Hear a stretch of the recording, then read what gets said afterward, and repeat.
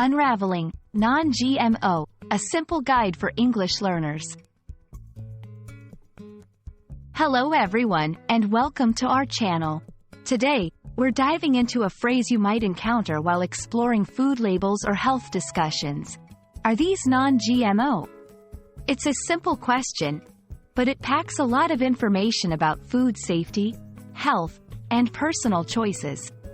Let's break it down together and make sure you can confidently understand and use this phrase in your English conversations. First things first, let's understand what GMO stands for. GMO means genetically modified organism. This refers to plants, animals, or other organisms whose genetic material has been altered in a way that does not occur naturally by mating or natural recombination. These modifications are usually done to achieve certain characteristics like disease resistance, increased productivity, or nutritional value. When someone asks, "Are these non-GMO?"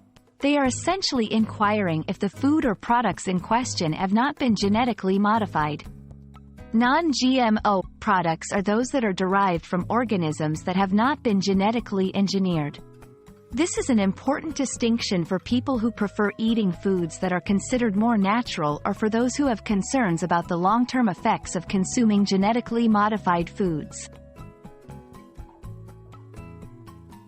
There are several reasons why someone might prefer non-GMO foods. Health concerns, environmental impact, and ethical considerations are among the top reasons.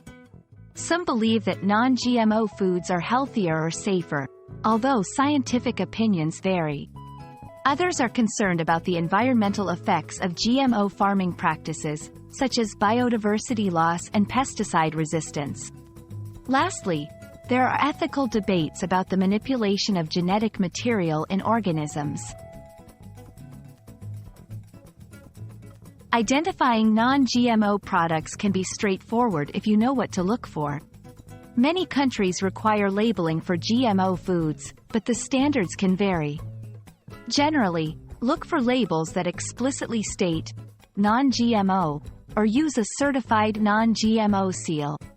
Organic products are also a good bet since organic certification usually excludes the use of genetically modified organisms.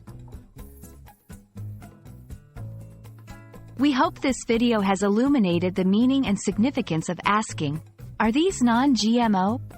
Whether you're grocery shopping, eating out, or discussing food choices, understanding this phrase can help you make informed decisions and engage more deeply in conversations about food and health in English. Thank you for watching, and see you in our next video.